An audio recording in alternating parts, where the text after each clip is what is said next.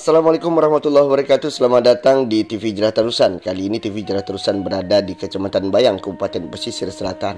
Ya, kali ini kami lagi ngusut dengan cerita air terjun Bayang Sani, salah satu wisata yang mempesona di Kecamatan Bayang, Kabupaten Pesisir Selatan. Di Sumatera Barat ada air terjun Bayang Sani yang mempesona. Kabarnya dulu ketika zaman penjajah, para nona-noni Belanda sering mandi di sana. Air terjun Bayang Sani merupakan salah satu yang wajib dijelajahi bila berwisata ke Kabupaten Pesisir Selatan, Sumatera Barat. Air terjun ini sangat populer dan menjadi salah satu ikon dari Kabupaten Pesisir Selatan yang harus ditempuh melalui jalan raya Padang Painan sejauh 60 km dari kota Padang, atau dari Painan sekitar 20 km. Air terjun ini terletak sekitar 6 km dari puncak Bukit Bendera atau 3 km sebelum Jembatan Akar. Air terjun Bayang Sani tepatnya berada di Negari Koto Baru, Kecamatan Bayang, Kabupaten Pesisir Selatan, Provinsi Sumatera Barat. Nah, selama perjalanan hamparan sawah dan pembukitan menjadi pemandangan yang indah dan enak oleh mata kita. Tidak mensyaratkan kawasan pesisir selatan saja, tapi banyak sekali ragam yang berada di sini. Semakin ke dalam, semakin hijau daerahnya.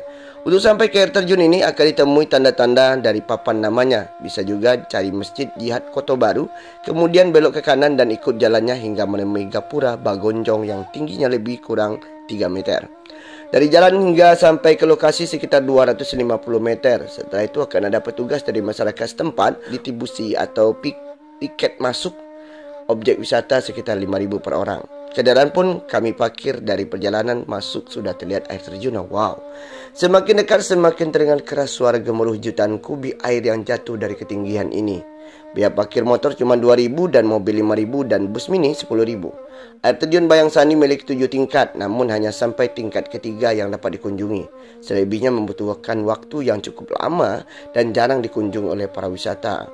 Umumnya pengunjung hanya datang ke terjun tingkat pertama sebab tingkat pertama tidak membutuhkan waktu sangat lama. Kabarnya terjun tingkat kedua terletak kira-kira 400 meter di atas air terjun tingkat pertama dan memiliki ketinggian sekitar 25 meter. Sedangkan untuk tingkat berikutnya belum ada datanya. Ternyata air terjun tingkat pertama ini memiliki sejarah yang menarik juga. Dulu pada masa penjajah Belanda, air terjun ini kerap menjadi tempat mandi nona-noni dan maner-maner Belanda. Kawasan ini dulunya diberi nama Welcome karena disebut oleh keindahan alam yang menakjubkan dan merasa nyaman ketika mandi di sana. Nah, masyarakat sekitar kemudian menyebut nama air terjun ini dengan kata sebutan yang melesep dengan tutur lisan sehari-hari menjadi Walikum. Ada juga menyebut air terjun hingga tahun 1980-an sebagai Sarasah Iku Kudo atau air terjun ekor kuda karena bentuknya mirip ekor kuda. Kemudian tahun 1980-an nama air terjun ini berubah seiring perubahan nama daerah di Sumatera Barat termasuk Sarakah Iku Kudo. Air terjun ini pun diberi nama akhirnya air terjun Bayang Sani sesuai nama kawasan.